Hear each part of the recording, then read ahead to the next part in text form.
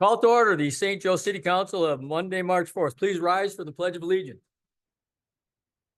I pledge allegiance to the flag of the United States of America and to the republic for which it stands, one nation, under God, indivisible, with liberty and justice for all. I had to hit that hard enough. Item 2, public comments. Anybody wishing to speak tonight? Come on, little man. All right, item 3, approval of the agenda. So moved.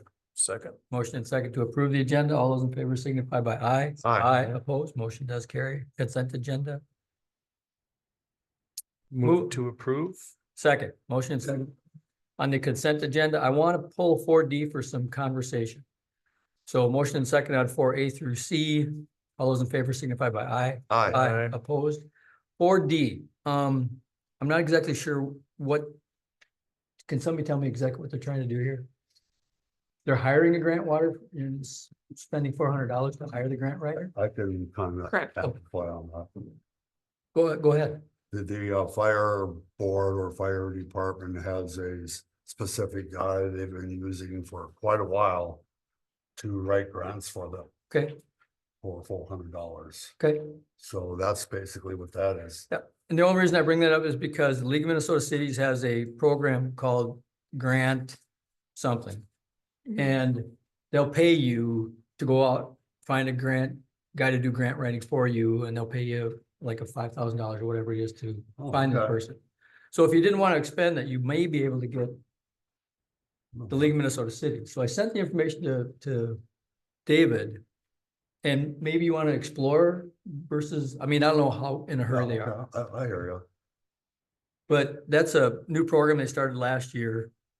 And it's really specific on awarding it and getting people involved and then using the grant for those things. But I mean, I'd like to see if that's applicable, that we could tap into that versus this.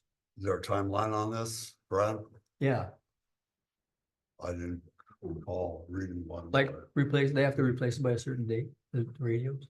Yeah, yeah, that's my understanding. So I guess if the council is amenable to this, I guess what I would recommend is then the council to approve moving ahead with this, with the stipulation that we check and see if the league can do it as well and go with whichever option is best. Yeah, and so the date thing, yeah, so moved.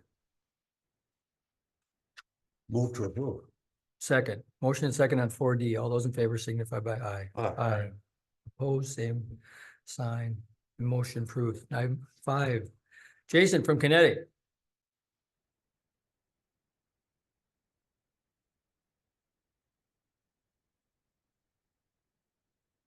Oh, I have one of these. Oh, okay, never mind. Adam's not here tonight. Okay. Yeah. Thanks.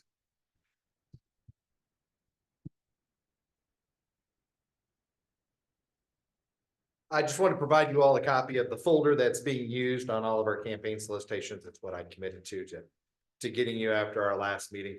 As you can see, when you open up the folder, you'll find kind of an overarching view of what is happening at the Y. It's about this connecting family, communities, and you. When you open it up, you can kind of see some of the work that's being done. And then you can see our one-page insert that in there talks about the thriving in St. Joe.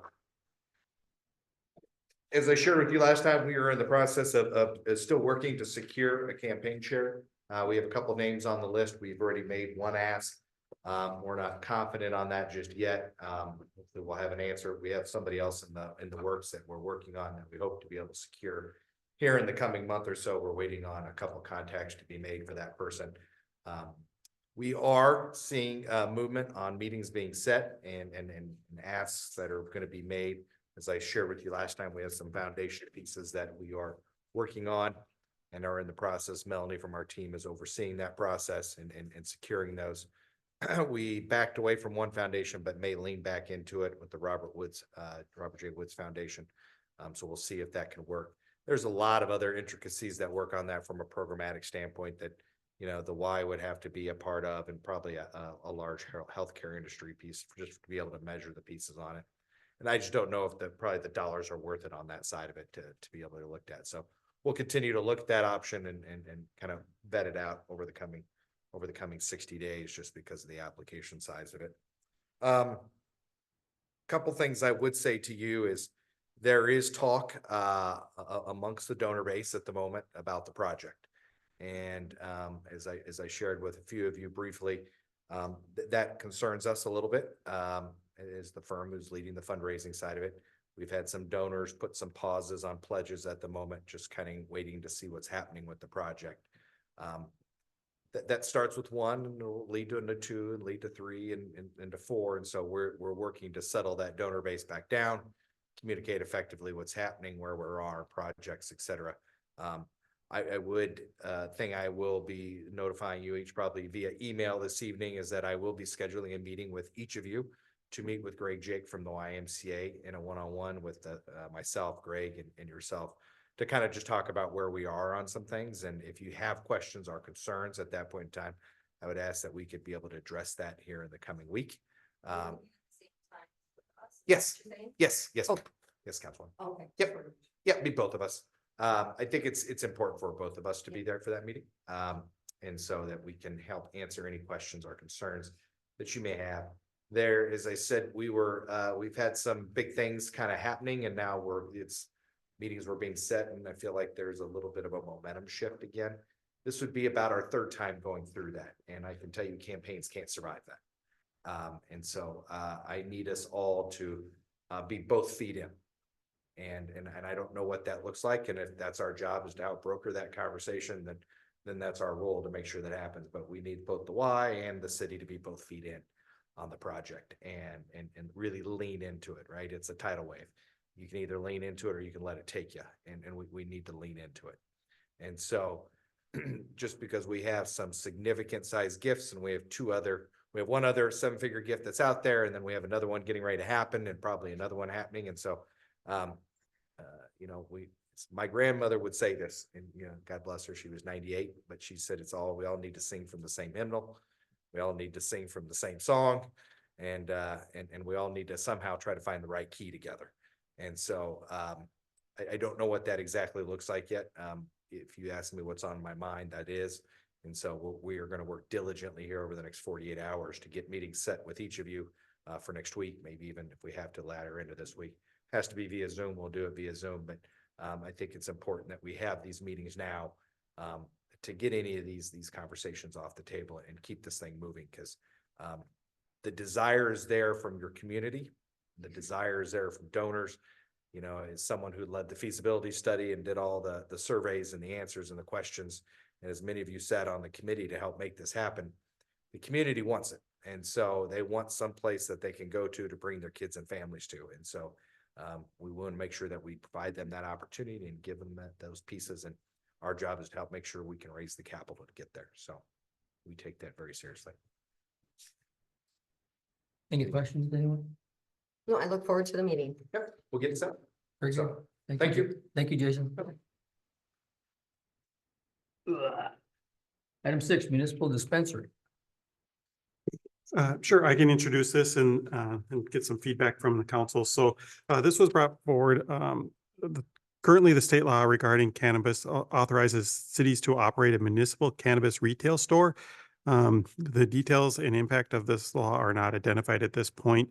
In dealing with the league, they have informed me that there are there's a working group of a few dozen cities that are exploring this idea.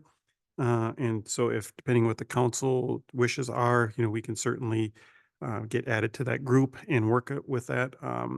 According to the league, right now, there are no municipal dispensaries in the United States.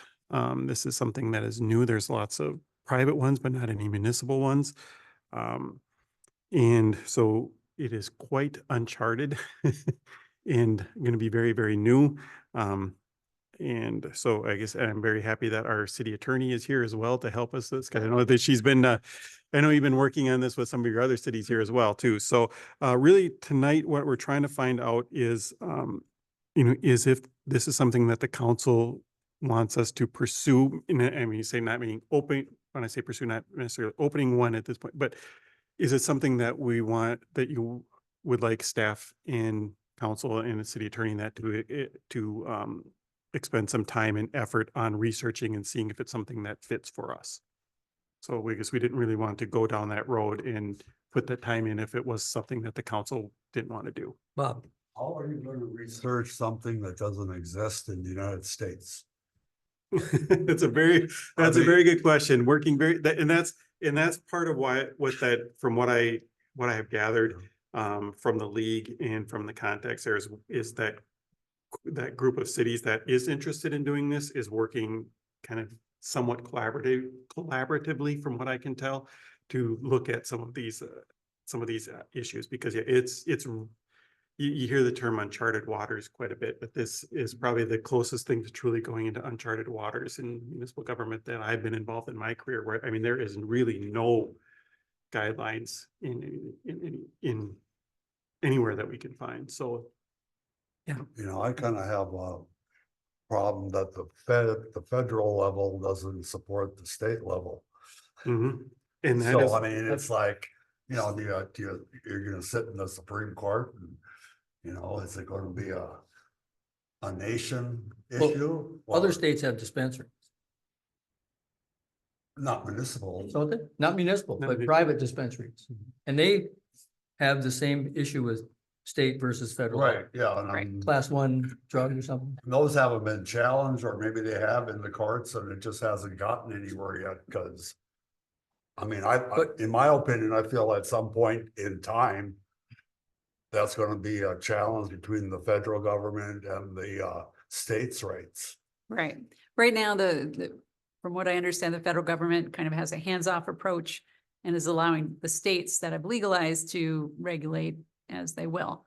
The issues come up with insurance because we're not sure we're going to have league coverage to cover these operations for a municipal dispensary. And the second issue is processing the cash. Can we deposit in a bank? If we can't, where do we deposit it? Yeah. How do we supply the cash? You know, most of these dispensaries have an on-site ATM because it's a pure cash business. Even transporting cash, Garda, which is one of the big armored transport companies, won't touch it. But there is a local one that will and plans to serve all of the dispensaries on the Indian territories in Minnesota. One of the other issues is, how do we as a city get first dibs? Because there has to be at least one license issued in St. Joe. How do we secure that for us? Because the statute is silent on that. So we could do a lot of background research and still not get the license for the city of St. Joe. And the city actually has the right to set the limit at 1 or 2 or however many the city wants, as long as it's meeting the population requirements in the statute. So it's really interesting. I think the first focus would be, is it financially worth it? Like, is there enough of a market share in the city of St. Joe that the city even wants to put time and effort into this? And their consultants can help. I know the city of Buffalo is working with a consultant who has, looked at this throughout the United States, and they've put together market information about, this is what you can expect the demand to be. This is what your revenue would look like if you had a dispensary, or even 2 dispensaries, whatever they think the geographic area would support. So that might be the place to start, is look at that. Do the numbers even make sense? Or are we just going to leave this to the private sector? And a consultant would cost you X amount of dollars to begin with no. Yep. With just controlled data that they want to give you, Yes. so I mean, and I have no idea what they charge or what they don't charge upfront, and what it's gonna cost upfront to totally get into it, and then how long is it gonna take to recoup your upfront costs? And then, also dollars to build, promote, market, Mhm. hire, insurance, everything Yep. else. There's all kinds of things that.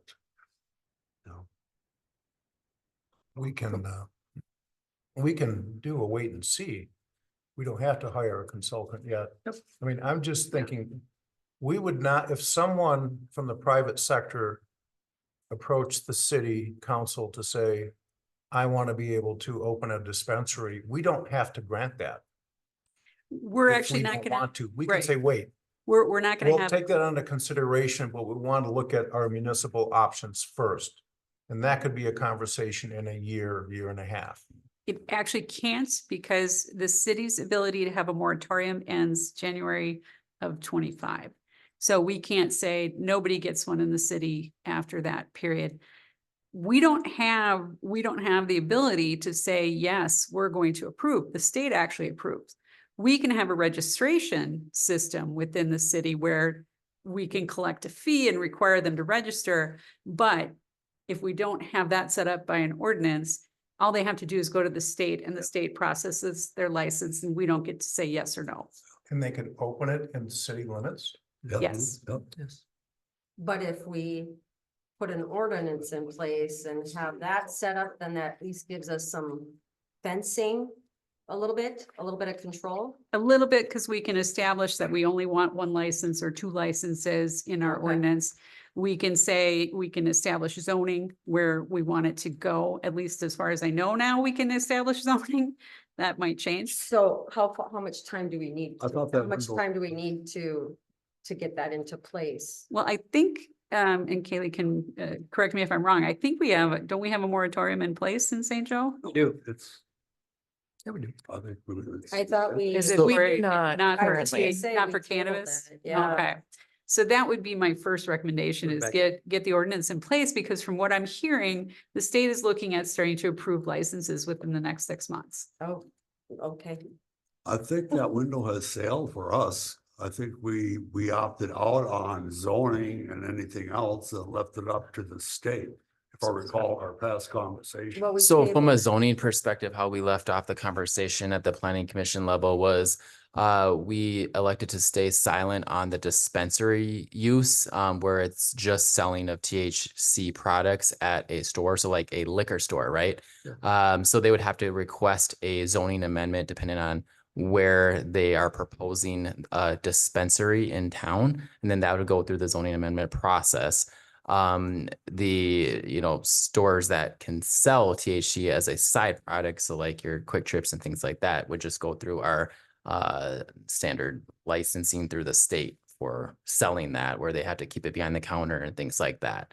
So yeah, dispensary where that's all they sell is a little bit different from a zoning perspective, right? It's all now. medical grade type. From my understanding, dispensary is mostly with a medical card. Anything. No, No? it's adult use. Recreational. Yeah, yeah. adult use cannabis. Yeah, we don't, Okay. they don't want to hide behind dispensary. That's kind of a misnomer. So it's probably a be good thing, oh, sorry. Go ahead. I mean, It's probably- St. Cloud has a dispensary. Kelly speak. Go ahead. To get the ordinance in place and is what I'm hearing. It is, and I Okay. think so, just to buy a little extra time.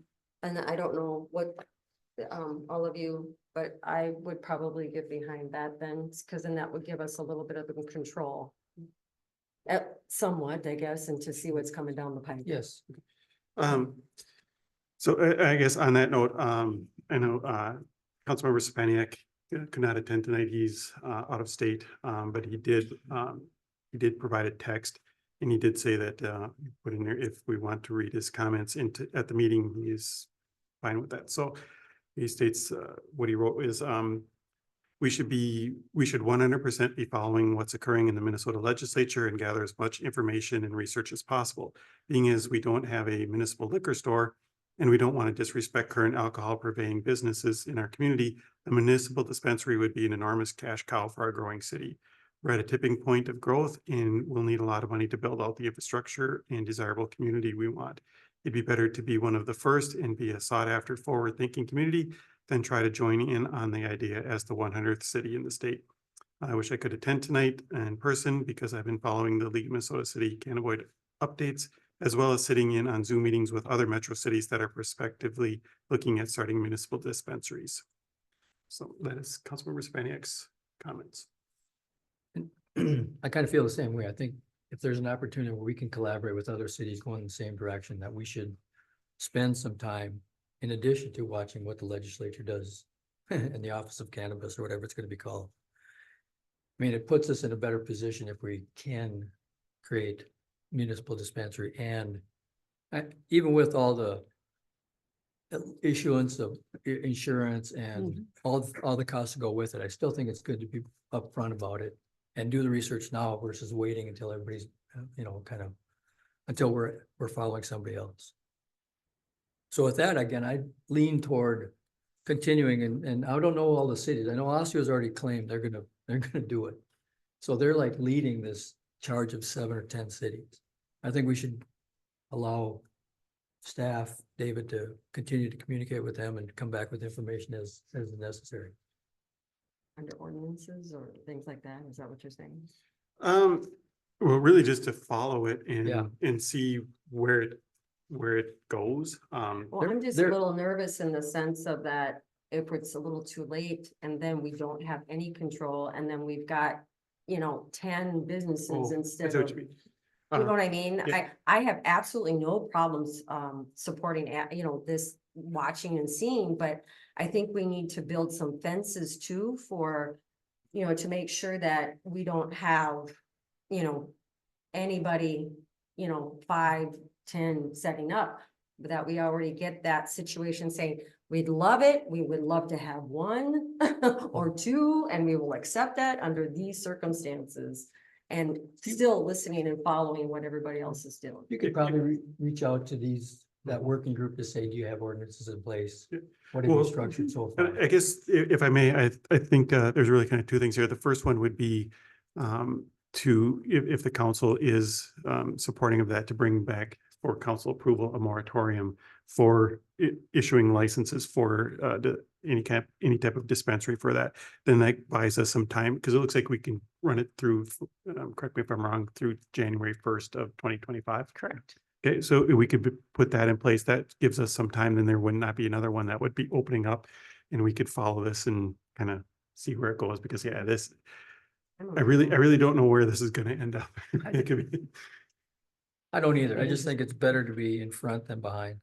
And especially when it comes to if we're considering it and it can generate revenue that we could use for other things. I think we should be in front, not behind. Yeah, but we also need to protect. So if that's the case, then what I can do, I will probably work with our city attorney to get some draft language for a moratorium and bring that back maybe at the next council meeting or the next meeting that we're able to get it ready to. You have to hold a public hearing on it. Yep. Yep. So we'll start the process then, if that is the council's wishes. I would question if we have the right to impose a moratorium on a state license. The state statute expressly allows us to Yep. have a local moratorium. To what, Until January 1st of 2025. okay. Sue, aren't you glad you came tonight? Kind of. I we thought it was gonna be something else. Oh, David, you're good with what we've just discussed? Yes, I have my direction. Okay, very good. Funny. Item 7, the fire contract. Okay, thank you. Let me get to that. So as you're aware, this is something that has been going on for a while. We've been working on this with St. Joseph Township for quite a while. And it appears that we have a tentative agreement, at least among staff, moving forward. So it appears that the clerk or the St. Joseph supervisor will be bringing this back to their town board for approval. Sounds like he was going to recommend approval on it. So with that, I have forwarded it to the city attorney for her review and comment. And it looks like, I'll let you comment on your aspect of it, but if it does, if it meets city attorney's approval and if the council's okay with it, then I would communicate that to them and we would be bringing it back hopefully at the next meeting or the latest, the meeting after that for approval, and we can close this up. Councilors, you have any questions or concerns about this agreement? Yes, I do. I have quite a few actually, which I'm not gonna, I would, hopefully that we would meet in closed session and discover strategies on the contract here. There is some language in here that I'm really concerned with going forward, since we're gonna be the sole owner of this department. And as far as getting compensation for today's costs for, versus down the road too. And then, I believe that the, methodology. Methodology. Yep. Of how we come up with, percentages or whatever of the contract or the operational costs, that's archaic, because that was a partnership with the township at that time. So there was different agreements on paying for equipment and so forth and so on. If we continue with the, current, method of computing that, we will incur a lot more costs. Where the ones that we contract out, there will not be paying for those costs, like St. Wendell's contract. They don't pay for a certain amount of things in the operational budget because they didn't have ownership. Now the township's not gonna have ownership, and we haven't seen those numbers of what the buyout's gonna be or how that's gonna work in. So we have to get a better picture of our operational costs and dispense those costs out to our contracts to have our operational costs covered in a more precise manner. Because our costs are gonna go up for operational costs, and the township's not gonna be paying for some of them operational costs of equipment and so forth and so on. So, I mean, I'd rather meet in closed session and have a good discussion on this contract. Unfortunately, we don't have any basis to close Yeah. the session to review and discuss this contract. Looking at the equipment and the building and property, all we're doing in this agreement is saying, hey, if at some point we do come to an agreement, we're gonna look at the valuation and the equipment owned at the time of this contract.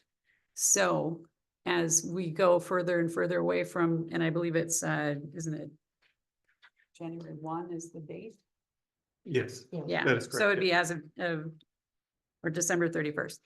So looking at that, we know real estate is going to appreciate. Yes, it's done its little things, but it's gonna continue to appreciate. We get the benefit for the real estate because we're valuing it as of the end of the year 23. So if we buy 5 years from now, we're still looking at 23 prices. With regard to the equipment, you think about, okay, yes, we have major pieces of equipment that we do use for a considerable length of time. Yes, we're going to be paying an inflated cost for that equipment at the time because it would have depreciated. However, there's going to be a lot of equipment that becomes obsolete that we're not buying, right? We're not going to repay for that equipment that's obsolete, discontinued. So anything we buy after December 31st of 23 is not included in this buyout. And we also don't allocate what percentage we're going to be paying the township. What we've looked at in other agreements is we compare the market valuation, like what percentage really is left of the township. It's not 50%. It's not a 50-50 relationship. So we'd be paying whatever we annex between now and then, we'd be paying a reduced percentage based on what's left of the township. But it's still gonna cost us X amount of dollars to service those contracts. And that's, And the city's cost Right. to service them is gonna go up. but that's recovered in the annual fees, the budget and the fees. Right, I mean, you can't, like I'm saying, basing it on the market value is an obsolete way of doing it. I mean, you got a budget that comes in, let's say hypothetically at $1 million. Then next year's budget's gonna be, you gotta purchase some equipment, you got your insurances go up, et cetera, et cetera. And all of a sudden you got higher operational costs that don't get recouped in the contract price because of the market value.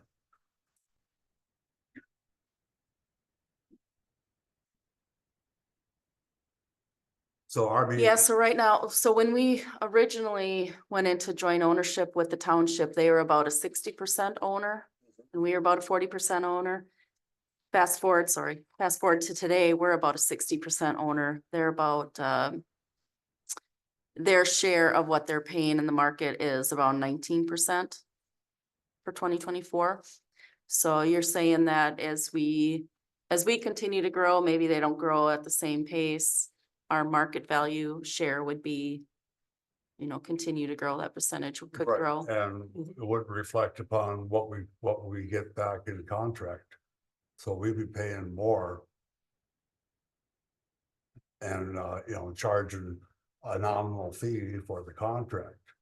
Where the contract should share in the proportionate share of the operational costs. It shouldn't be based upon market value of the properties. I mean, that's my opinion Yeah. on the way to do it. I mean, I can't explain it all right now because it's a number thing. And I don't have numbers in front of me. So in essence, it's kind of, the way the contract is written, it would continue kind of the way that we've been allocating costs. Right, even though our costs would go up. But theoretically, we also have more coverage that we're providing, fire service to as well. We're providing fire service to a small area versus going, 10 miles out of town. That's hypothetical number, and it costs more to go further away, where. Other communities do use this, do use market value as a basis for allocation with the, townships like similar situation. Some of the other things that they might look at is population and fire calls or whatever service calls. Right, I mean, there's many variables to trying to figure something out. But I'm Mhm. saying what we have right now is, in my opinion, doesn't work when it comes to financials. Fair financials. So, I mean, that's just a point of discussion for me.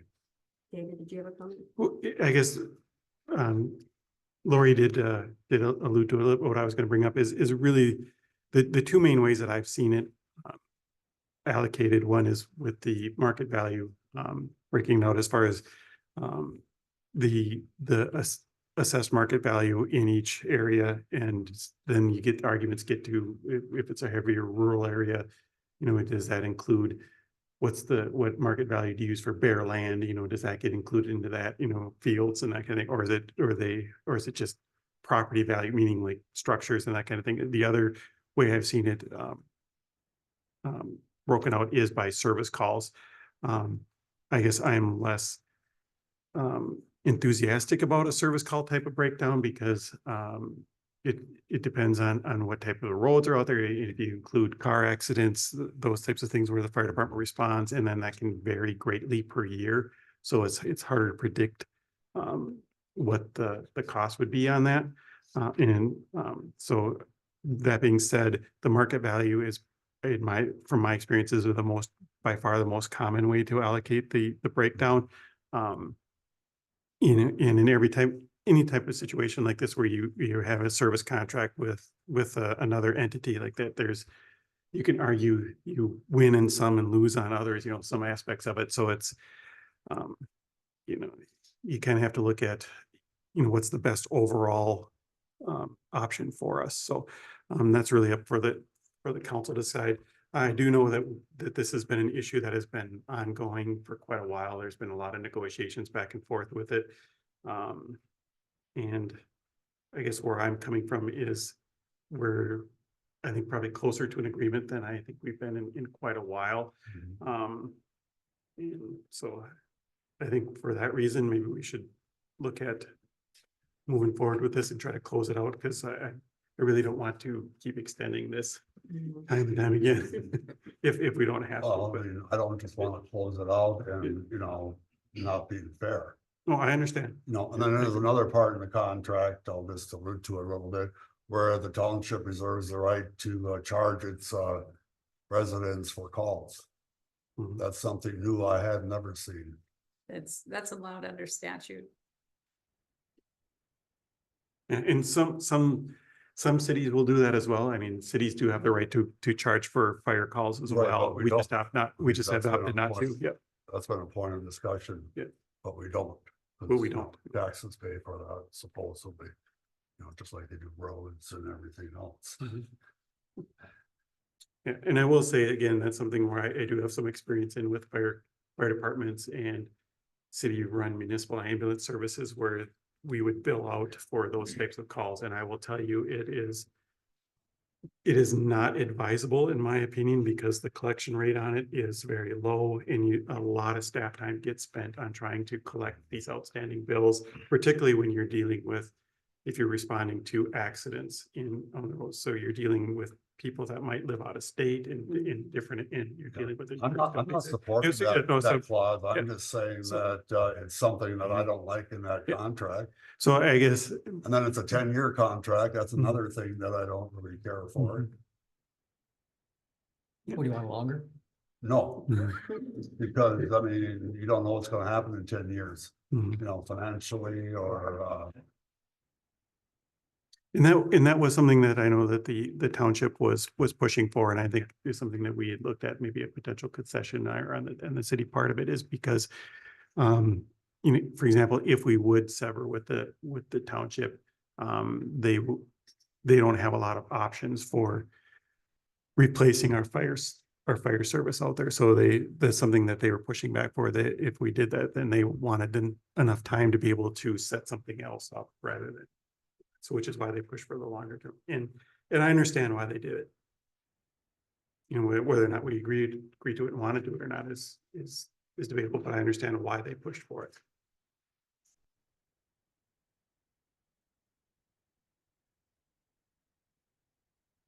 But again, for tonight, we're not asking for the council to adopt the agreement tonight. What we're looking is feedback from the council.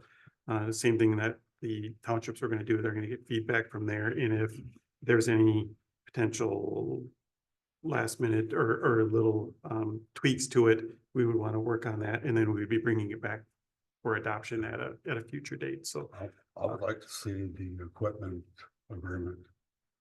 All that's gonna go down, whether it's gonna be a reimbursement or how that's all gonna work out and how big that number is, if it's big at all. What else do you want to see? The sun. I see it every day. So I'm just serious. Is there something else you want to change in this? Or do you want to get back to them later and say, can we look at changing this? I mean, I'm fine with pretty much just going forward. I have a question about the joint meeting thing. Like, discuss issues and satisfaction, town satisfaction with the service. What are they gonna do if they don't like it? I mean, literally, but they're dissatisfied. What are they gonna do? Tell them they're shame on you or something? I mean, There really, yeah, there's no teeth to that. yeah. And same with the budget. We're gonna meet in February and then we have to meet again in August. Is that what it is, to go over the final budget numbers? So it's not once a year, it's twice a year?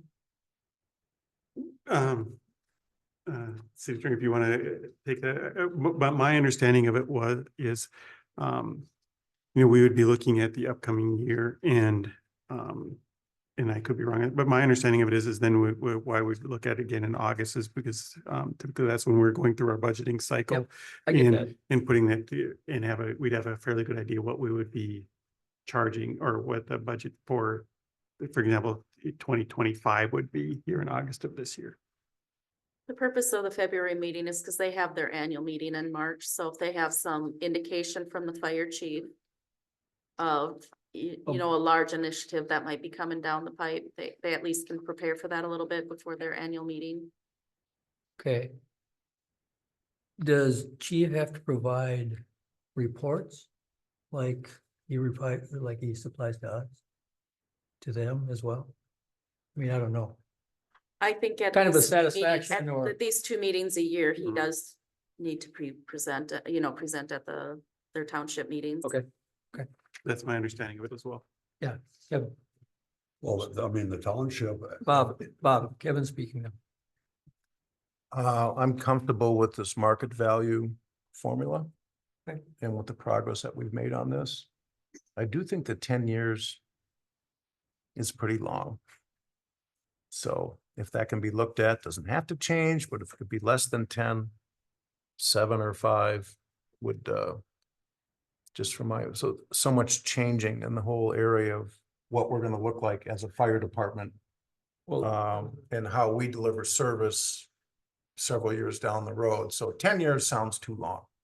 But outside of that, I'm fine with the way this has been, developed. I also agree with Kevin. You got nothing else? I don't think I think 10 years is a little extravagant. But yeah, I agree with moving forward. You had something else, Bob? No, it's not been going very nice. Okay.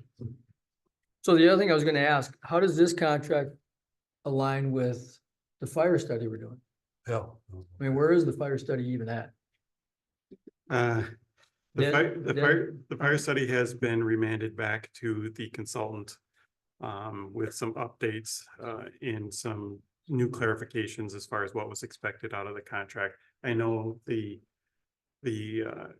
consultant has met or, via Zoom, has had interviews with all of the fire chiefs and has gotten some input from the city administrators here as well. So the answer is it's back being redone, and we don't know what it's going to say yet. So the real question is, if the fire, that report comes out and says blah, blah, and we have stuck for 10 years on something that may clash with what that report says, how do we reconcile the two? Again, I don't have a problem with this, but I think at some point that report could say something different from a coverage and equipment and everything else. And so I don't know how you reconcile. I mean, I know we want to get this done, townships, we've been working this for like 3 years, whatever it is. But that fire study could push us in a direction that won't reconcile with this contract. And Mayor, that is a good question. And I will be more than happy to converse with the city attorney on this. But my understanding of it is if there would be a substantial change in our fire district, meaning how we own and operate the fire department, that would be a change in the clause with our contract. And that would have to be renegotiated with the townships. And that would be, I would think, the same thing for any of the other cities that extend out into the rural area. So with that being said, I think Can we fit something into this contract that says that? Because I didn't read that. We've tried putting that in there in the past, and I don't know why I don't see it as a red line in I here. don't either. So. I don't know if I saw that maybe, but Yeah, I think we can certainly, we have the language, we can float that back out. I don't think there was any big objection to it. They just wanted to make sure they would be covered under the new regional fire district, whatever it is. And if I may, I don't want to get maybe too far into the weeds, but my understanding of it from what I've seen of the fire study so far and the questions that I've been asked by the consultant in that, I don't think that it looks like there's going to be something where we would abandon our fire district and be absorbed by a larger fire district or something like that. What I anticipate happening maybe sometime down the line here is there would be some sort of consortium or something like that where there would be more full-time firefighters stationed in certain areas that would be funded for that. So we would still own the fire district. We would still have our contract with the townships, but there might be there might be a different cost structure, meaning as far as if we're paying for full-time coverage, that kind of thing. So as far as that would still then be part of the cost allocation that we have with the townships. I don't think it really says anything that requires how we staff it or operate it that way. It has to do with how the cost breakdown is it. But that's something I can certainly explore a little bit more with the city attorney. But that's my understanding of it is that we would still own it, we would still operate it, but it might be staffed potentially with consortium members. No, that's fine. I want to make sure that we're not putting ourselves in a bad position when we get the fire study done. That's all. So you have enough to go on, everybody? We're not really taking a vote, or we're taking a vote? We're just, you're getting direction and. It's getting direction. Yeah, Okay. yeah, we don't need a vote tonight. I just want to Okay. get some direction and some consensus from the council. You good? Sue, you good? All I'm right. good. Thank you. Let's see, item 8, Lexipol policy subscription. What is Lexipol? Lexipol is a company that offers a policy manual. They've got about 250 standardized policies that apply throughout the United States. It's one company that offers a solution. All 87 sheriffs for the state of Minnesota all belong to it because it's paid for through their sheriff's association. Wade Park, Sartell also belong to it as well. We just had our post audit done. The first one that I had since I took over was in 2018, fresh after I took over. At that point, they kind of pointed out some areas that we were deficient in that could be brought up to speed, and 5 years goes by quick. And here we are again, and they basically gave a little stronger finger wagging this time and said, there's some policies that are probably back to 2003 and need a little bit more language updated and stuff. So we looked into it. We had Lexipol give us kind of a demonstration to see what they could offer us. They also offer us daily training bulletins where officers can receive different types of questions, a kind of a multiple choice, if you will. And it just refers them back to policy. It's almost a written documentary that you've reviewed it more than just once a year or whatever. We actually have time-stamped areas where officers can review it. Just kind of brings it up that way. So there's a few different things that we're looking at there. You know, the alternative is we can check with the League of Minnesota Cities and try to find out what they have. Unfortunately, a lot of their policies don't come out quick enough.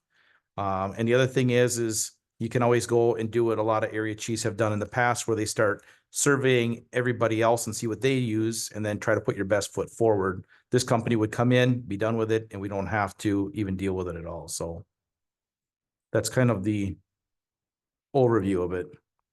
So They it's would go prorated this year. So that basically, obviously, we haven't started at the first of the year, and then they gave us a quote for what it would be next year. And so they're constantly checking on, like it's a subscription, right? Yep. And they can't change the price on you once we lock in, or can Correct. they at any time? So just to give you an example how quick things can move, and again, I'm not going to give my opinion on what I think are different kinds of agencies that do what they do. But just in January 25th, actually, the Post Board came out with a new mandated pursuit policy. And it kind of come back to what happened in the Twin Cities with the state patrol with trying to arrest somebody. And so what they basically said is we should probably put in this language about 18 different things, one of which was any officer can terminate the pursuit without being disciplined or terminated. I mean, if they feel it's not safe, when you look at our policy, it doesn't talk about it in there. So prior to our post audit and prior to that council meeting, I grabbed their policy that they recommended and you guys approved that as well. So we were compliant with it. However, Lexipol actually works with the Minnesota Post Board and they review it with their legal team and basically say that in conjunction, this meets all the parameters. So yeah. So they're giving you a monthly check-in with your officers, kind of like a little quiz. Right. say. So right now, Maybe all of what? our officers subscribe to a program through League of Minnesota Cities called Patrol Online. And basically, it's just a training for de-escalation techniques. It's to deal with implicit bias. It's to do with use of force. And so they also offer their own version if we want to subscribe onto it. Right now, that does not include this one, but there's a chance that we can go away from it. We had already prepaid for the year, January 1st or right around there, for Patrol Online for the year. So I'm not going to cancel it right now because a lot of officers started taking those trainings. So I want to wait till we get through a calendar year. And if we're going to phase into it, because a lot of the officers have seen the same training for the last 15 years in a row, this would be a fresh look at it. So basically the officer comes back on, it might be the start of their rotation for 5 days in a row. And there's a bunch of daily bulletins that they can take at their own time if they're sitting alongside the road. And it basically is a way that it shows us that they're reviewing policy and that they understand it accordingly. So just in the day and age that we're at right now with legal reviews and stuff, it's just a great idea. There's some policies right now, I'd have to admit, that I probably haven't looked at since I've started working here. I mean, you're not required to sign off. It's whenever an officer starts their employment here and then best case practices. So There's some things that are in the policy manual that have been here since Jansky was chief. So. And it's not uncommon, Sartell with Chief Silger that just came and took over. He looked at the policy manual and said, this is pretty old. And so one of his first things he did when he took over as chief back in April was to subscribe to Lexipol. And he said they had it up in St. Louis County and the officers loved it up there. And he said, so that's his first decision, that one of his first ones he did when he came here. Lori, this is, will we be paying monthly or is that yearly? Yearly. Yearly? Annual, yep. Okay. Kevin, So, Chief, is Lexipol like one size fits all, or would there be a situation where the St. Joseph policy has different aspects to it because of the nature of our town, a college town or whatever? And then how would those be incorporated into the Lexipol thing if it looks like it's all one size fits all? Well, it's a good question. So it depends on the direction that, and I would probably bring my two sergeants involved and bring Mary involved, and we'd kind of sit down and go through it all.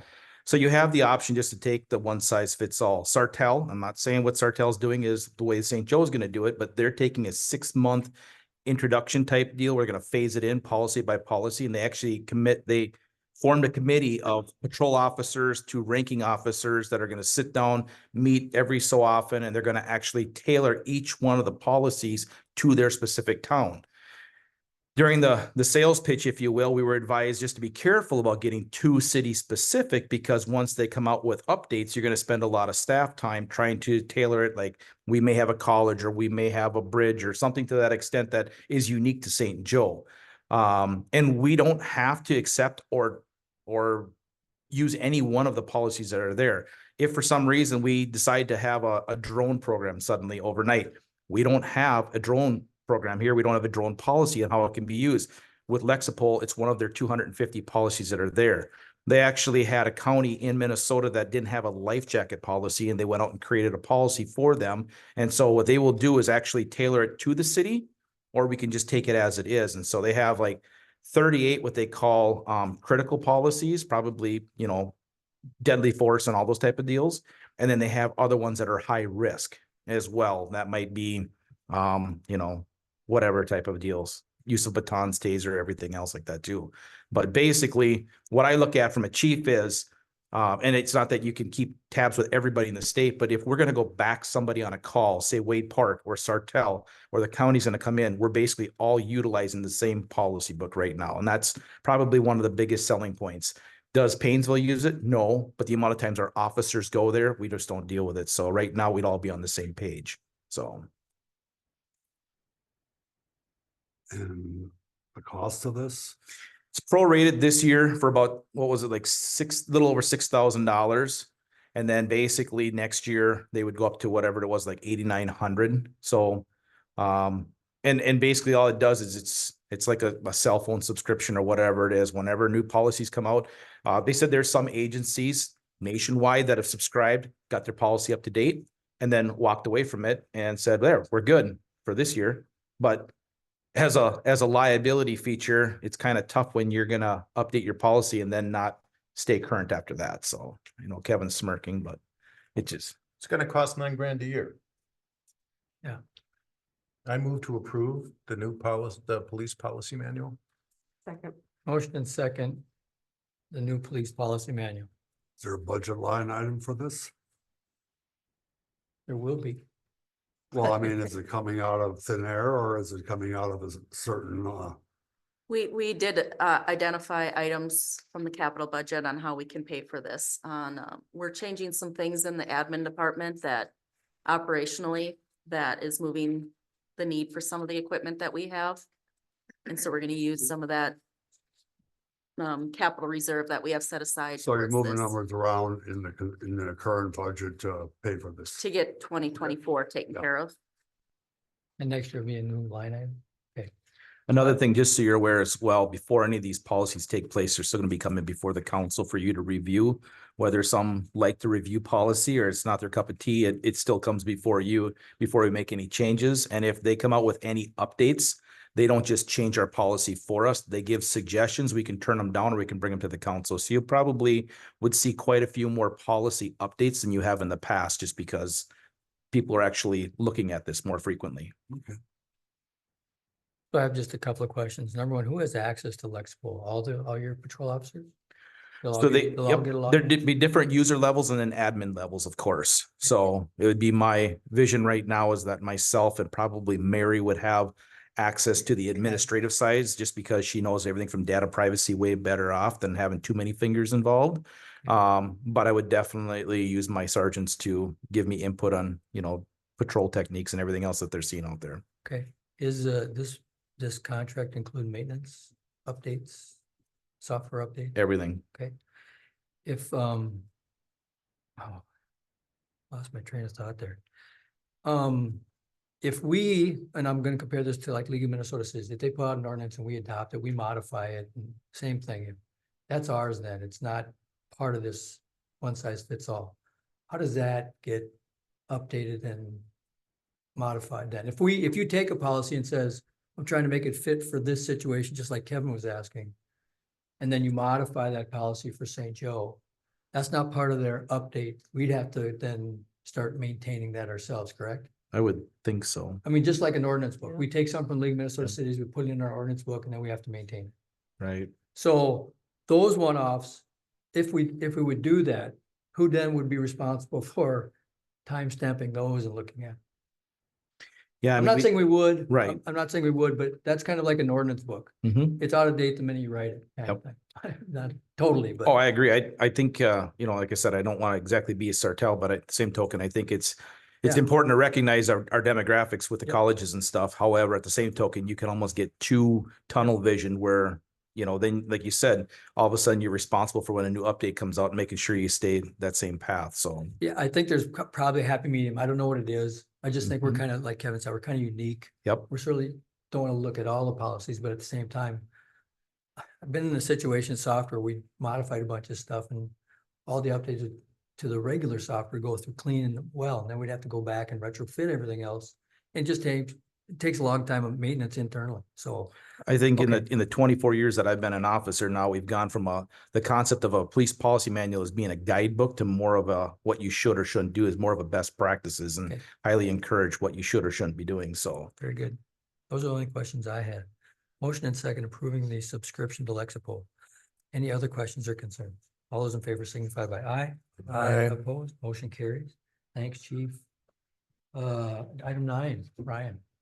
Yes, so mayor and council, with the recent resignation of Mr. Torberg, created another vacancy in the utility department. So per the union guidelines, we posted that internally. We did have one applicant, Mike Johnson, applied for that position. Mike's fully qualified. He has all the accreditations to back him. We support him 100%. This actually kind of helps out a little bit better because what it's going to do is actually create 2 vacancies in the maintenance department. I currently have 17 applications for the position we opened already, so we can interview and select 2 individuals out of that pool, Gee, Ryan, everybody wants to work for you. right? Holy moly. I move on motion to approve the promotion of MJ. Second. Motion and second promotion of MJ, utility worker. All those in favor signify by aye. Aye. Opposed, motion carried. Thank you. Mr. Engineer. Good evening. Quick update for the council. I think at the last council meeting, I had reported that Stearns County and their consultant were working towards 90% level construction drawings for the County Road 133 Elm Street improvements. Last Friday, the county staff or the county's consultant shared those drawings with us. And so I thought I'd flash on the screen here a couple of high level graphics. Certainly the council, we have the drawings available. So if you'd like to look at this in more detail at your leisure or have questions afterwards, we can discuss. But I thought you'd be interested in seeing at least some of the geometry, lots of lines on here. But as you recall, the county's improvement includes construction of 2 turn lanes off of County Road 75, so eastbound traffic, as well as then widening of County Road 133, roundabout, and then touchdowns back at Elm Street. And then this pavement widening as well as resurfacing would continue as far north as 15th Avenue. So that's what this little inset is here at the bottom. So that's still the project limits. I got a little bit better zoomed in view here to share with the council. A high level, I think you were aware of some of the detour planning that the county's planning with this project. That's the deed. As you're aware, depending on the state agency, you typically would detour, a county would detour on other county roads. This is one exception here with looking at the 320th Street being really the next closest east-west route between County Road 2 and County Road 133.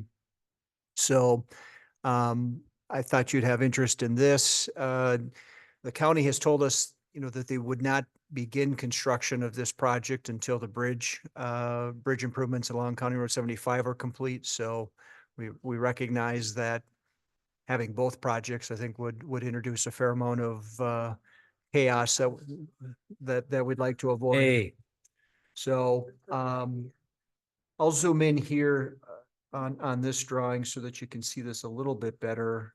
Some of the components, at least along County Road 133. So is that a medium? Oh, 2 lanes, that right turn lane coming into Coburn's will still be maintained on the east side. What will be different now going forward, there'll be a continuous median. You recall the delineators that are up now to prevent left-hand turns into the McDonald's, O'Reilly's Thank you. entrance. Thank you so much. So law enforcement and others will hopefully appreciate the guided traffic, at least north to the intersection. This widening will require reconstruction of the sidewalk on the east and west side. So that's these parallel lines here on the right-hand side. So a little bit better picture of the roundabout. So a dual lane roundabout on both northbound and eastbound. The median will continue then. You kind of see the median width here on Elm Street to the east. And then we did discuss cutting that short, particularly because of the driveway coming into McDonald's and O'Reilly's. And so there is a median break. We've also discussed widening of the pavement so that in the event that there is a vehicle stop to make that southbound turn, that traffic would be able to get around along the north side. One enhancement, at least with respect to pedestrians, bicyclists, you can kind of see the sidewalk crossings here. I should say, my cursor is showing up for you, right? Okay. On the east side, we have a sidewalk crossing. On the west side, we have a sidewalk crossing north and south, as well as touchdown points if you're a bicyclist to come out to the shoulder on Elm Street. So additional pedestrian enhancements have been made as well. Utility adjustments. So there's several hydrants that will be impacted because of the change in geometry widening. So those will be accommodated as part of the project.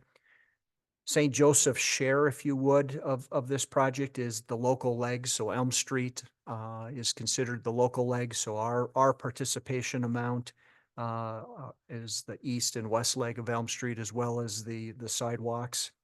But that's pretty much a high level look here at the geometry. Is like I said, if you'd like to go into this in more detail, whether it's a workshop meeting or if you'd like to study the plans, they're available to the council. So I'll pause there if you have questions for me or. Just have a couple. O'Reilly, McDonald's, Magnify and Centricare, there is no like detour for them, is there? So there would be, if I go back to that detour plan. Because we're having, well, kind of depends on when you do Elm, I guess. Yeah, and that's the other reason for us to, in terms of the city's portion of Elm Street being bid as part of this project to help with that coordination. So we haven't reviewed any specifications yet with the county as far as must-haves on staging. So Mayor, I'll take that back, at least as a comment to the team relative to prioritizing access points. So in the case of Lee Mag- Coburn's, I would anticipate there'll be a period there while work is being performed in the roundabout where traffic would be able to continue into the parking lot at their driveway approach. Well, I think Magnified. Well, yeah, Also Bank and landmark. Centra, you said, Yeah. too, yeah. the Landmark and clinic, Centra Care, yeah. unless they go all the way up and down again. They like through- would have, yeah, 15th or 19th or 19th something. Avenue if they're gonna go all the way, if they're gonna try to go west.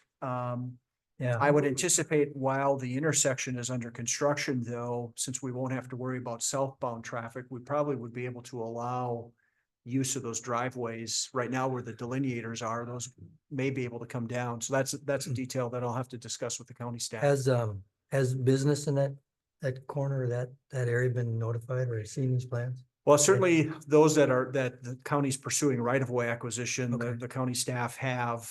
We've had the open house at the community room here. So beyond the right-of-way and or the public engagement meetings, I don't know that there's been other direct correspondence. Like they. We sent off correspondence to all the folks on our email list, which a lot of those ones in that area are on some time back. Yeah, we got an email from Randy Schmitz, Rolling Ridge, but I don't know that he knew I don't remember him showing the detours. He may not have seen this. Like I said, this just came out Friday, okay, so okay. it may not have seen a very large audience yet. Yeah, okay. Counselors, questions? Unrelated question. How's that 75 bridge going? Yeah, I've had the same question. Are they ahead of schedule or not? Does anybody know? I do not, so we Yeah. have to do some checking to I answer that figured they'd be question. done a month early, 2 months early based upon the weather. Yeah, right. Yeah, they should start pouring concrete already. Come Right. out. I'll do some checking and Okay. we can share an update with David. Very good. That's it for me. Okay, thank you, Randy. Department reports, anybody? I just have a couple of quick things. Just continue to keep tabs on the various zoning and land use legislation and potential bills that are moving their way through the different committees in that. There's really a plethora of them. I'm going to try to create kind of a summary along with some potential impacts that those may have in like a doc, and I'll send it off to the council. But one to keep eye on is it's called Senate File 3964 or House File 4009. It relates to what's called the Middle Housing Bill. Basically, that would preempt city zoning and land use authority by allowing minimum densities on all residential lots, and then limit some potential public input in the residential development process, essentially streamlining some of the administrative review process.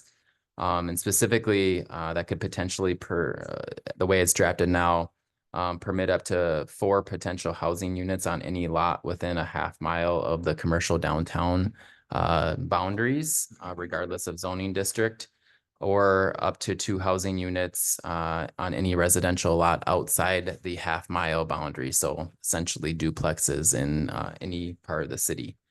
And then also allow accessory dwelling units by right throughout the city. So these have been pushed before. I would say though, this year, there's a lot more organizations that are signing up with housing. I'd say housing and daycare are the 2 hot topics in any city.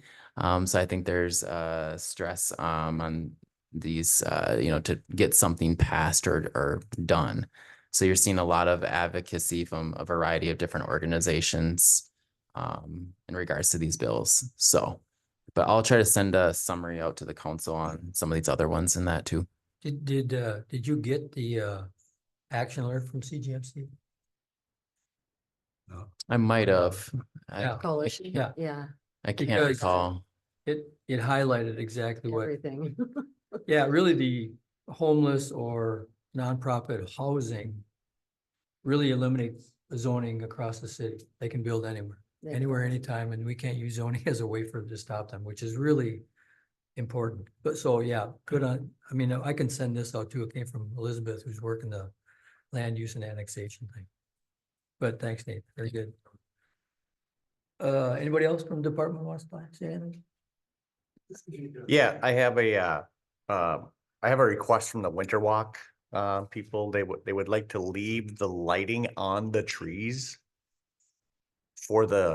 until next year, just remove the extension cords themselves. I'm just looking for some feedback from council. Didn't you tell them no? Not yet. You have that kind of power, you know. No, I mean, I don't really care. you can, No. you can take accountability for your no answer. 10-4. I actually like the looks if we could do it better.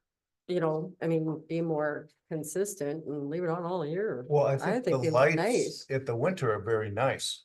They're talking about leaving them on through the growing Right, season. I would love to see it if we could bury the dang lines and have them year round, because it's pretty, you know what I mean? But we would have to be more precise on how the trees are lit though, and that would then become our problem and not theirs. Mhm. That's the problem. But I do think they're pretty, but I agree with you, Ray, and it's up to you. Okay. I got one more item for Brian. Sure. Some time ago, I kind of requested you to fix a fuse box or a power box on one of the telephone poles in front of I believe it's right in front of the meat market on Main Street there. I mean, since then, the wires have become disconnected, Maybe it's not doing anything. and I mean, it's powered, but it's, It's not pretty, is that what you're saying? well, no, it's just it's a hazard, or, you know, so-called, or whatever. It's just a loose disconnect box. Go ahead. I also did, and this is in light of our meeting coming up here on Wednesday morning with the college, as I talked to David about today at our staff meeting. I did actually meet last week, Wednesday, with the people up on Old Highway 52 to discuss the upcoming spring extracurriculars that are going to take place. It was very apparent after meeting with several of the property renters that there's full-fledged plans in store for the same weekend with pub crawl. Yeah, I know it's shocking. Shocking. I know. I can't believe So, it. I did instruct them the city's view on the work that we've put into it so far to curb this behavior, and that the council was not going to tolerate this type of activity at rental properties. One of the rental properties has recently changed hands from the 314, 316 Old Highway 52, and that new property owner was present with me with about 16 individuals that were up there. So I gave them the same consistent message we always have Good. before they went away to spring break. I encourage them not to lose those brain cells when they come back in a week, but at least they have a chance to make preparations. But many of them alluded to the fact that they don't know what they're going to tell their guests that are planning on coming from out of town to attend. So, but we'll talk about that more on Wednesday morning. Very good. Thanks, Dwight. I just have to comment, it's been really good this year. I mean, You with, yeah, I mean, it had, it's You It's jinxed kinda it, scary. you jinxed it. yeah, yeah, I mean, like zero. yeah, Pent-up demand. we pray for rain in April. So I have just a couple of things. Number one, Tracy Morrison and Emmer's office sent out the community project funding request again. These are congressional spending dollars. We submitted an application last year and it got promoted but never got funded. So I've asked if, well, council, can we do it again? It's submitting a application to Emmer's office, asking for sewer main extension, 6.5 or 5.6, whatever it is. And it's almost the same application, I think. I'm not sure. You have to look at. Okay. Yeah. But I'll send you what I'll send you what Stacy sent me. So, We're well, good. I mean, make it official. Now we're good, Bob. It's just a report and we're all agreed.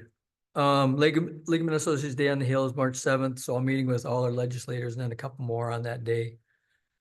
I wanted to tell, so you see the flashing pedestrian signage on 121.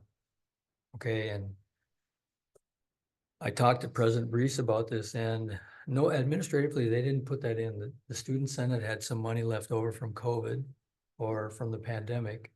It's one of the initiatives that they wanted to do. So they got a sign off from whoever signs their budget, and they contacted the county to do it. So the Awesome. president and his administration knew nothing about it until they went up. I said, well, I think that's a little gap. You should probably want to. Great. But on top of that, the signage doesn't work right. If you're on the east side, hit the thing going across to the entrance. It flashes on the northbound lane. It doesn't flash on the southbound lane. It only flashes on one side or the other where you hit the button.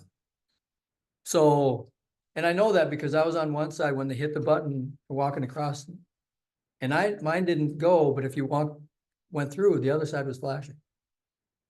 So the county, I don't know how you install, I don't, but they should both flash at the same time. That's how it works in Brainerd anyway. I don't know.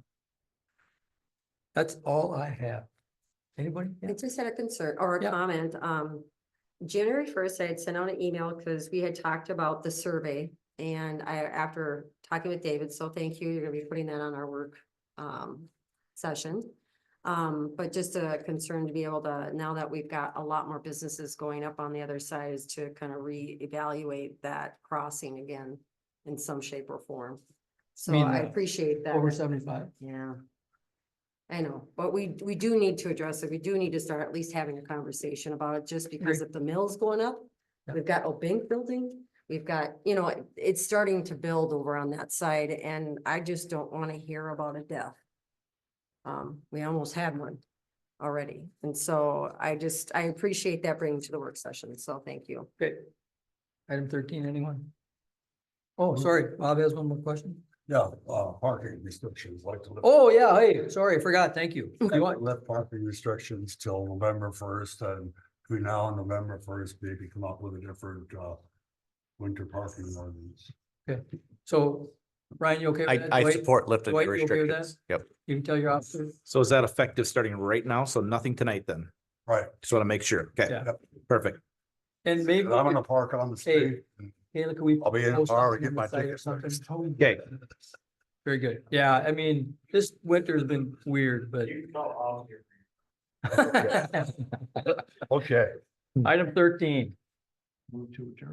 Second. motion and second to adjourn. All those in favor signify by aye. Aye, opposed, we are adjourned. Thank you all very much.